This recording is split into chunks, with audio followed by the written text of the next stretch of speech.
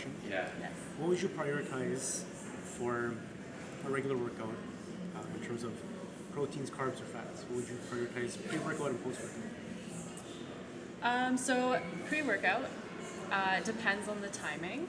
So if you're gonna have something like 2 or 3 hours before you train, it might be a little bit of a bigger meal, and you can incorporate more protein and more carbs and a bit of fat. But you want to make sure 2 or 3 hours before you have your workout, you want to stay low in fiber and low in fat. So focus more on protein and carb.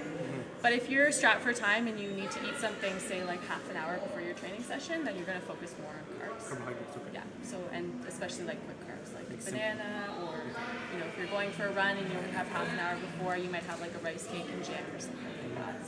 So simple carbs.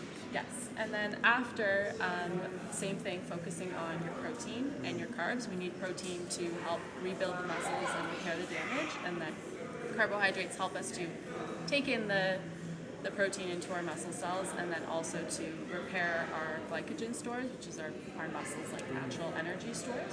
So make sure that we take in that after. But again, like stay lower in fat because we want the digestion to be quick after a workout, and so that our muscles like get that nutrition as fast as possible. So you're saying, would you prefer protein shake or just a straight up food, solid food? I would say if you have the time to have a meal within an hour of doing your workout, I would focus on doing a meal. Okay. But say you